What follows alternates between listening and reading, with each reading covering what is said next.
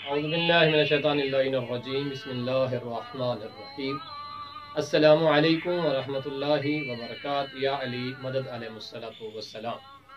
آج کا بہت اہم سوال یہ ہے کہ کیا جب مومنین اور مومنات زکوٰۃ فطرہ ادا کرتے ہیں تو کیا ان پہ واجب ہے، لازم ہے کہ وہ امام زمانہ علیہ السلام کا بھی زکوٰۃ فطرہ ادا کریں، یا لازم نہیں ہے، یا امام زمانہ علیہ السلام کا فطرہ ادا کرنا چاہیے یا یہ ادا کرنا ضروری نہیں ہے۔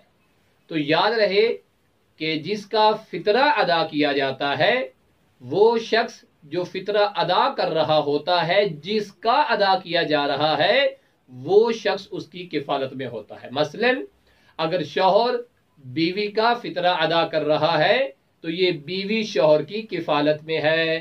اگر باپ اپنے بچوں کا فطرہ ادا کر رہا ہے تو یہ بچے اپنے باپ کی کفالت میں ہیں۔ یہاں تک بات بالکل واضح ہو گئی کہ زکوٰۃ فطرہ ان لوگوں کا ادا کیا جاتا ہے کہ جو زیر کفالت ہوں، جن کا نفقہ جو ہے انسان پہ لازم اور واجب ہو۔ تو اب اگر ہم امام زمانہ کا زکوٰۃ فطرہ ادا کرتے ہیں تو کس اعتبار سے کرتے ہیں؟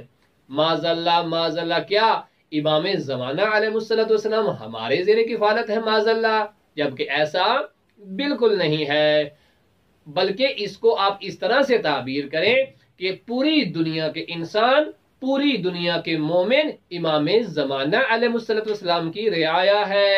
ہم ان کی سرپرستی میں جی رہے ہیں، ہم ان کے وجود مبارک کی برکت سے سانس لے رہے ہیں، نہ کہ وہ ہماری کفالت میں ہے۔ لہٰذا امام زمانہ علیہ السلام کا فطرہ دینا بالکل درست نہیں ہے۔ یاد رہے، اگر آپ کا دل کر رہا ہے کہ آپ بھی جب باقی لوگوں کے لیے زکوٰۃ فطرہ ادا کر رہے ہیں تو ہم اس طرح نیت کرتے ہیں کہ امام زمانہ ہمارے گھر میں مہمان ہے تو ہم اس نیت سے دے دیتے ہیں امام کا جو ہے وہ فطرہ، تو یہ بھی درست نہیں ہے، بلکہ آپ اسی مقدار کے مطابق اتنی رقم جو ہے اس اعتبار سے کسی مستحق، کسی غریب مومن کو دے دیں کہ میں امام زمانہ علیہ السلام کی سلامتی، ان کی حفاظت کا صدقہ دیتا ہوں یا دیتی ہوں۔ اس طرح سے یہ کر لینا درست ہے، لیکن امام زمانہ علیہ السلام کا زکوٰۃ فطرہ ادا کرنا درست نہیں ہے۔ اس لیے نہیں ہے، معاذ اللہ ایسا نہیں ہے کہ امام ہماری زیر کفالت ہوں، ہم تو امام زمانہ علیہ السلام کی رعایا ہیں۔ وصلی اللہ علی محمد وآل محمد۔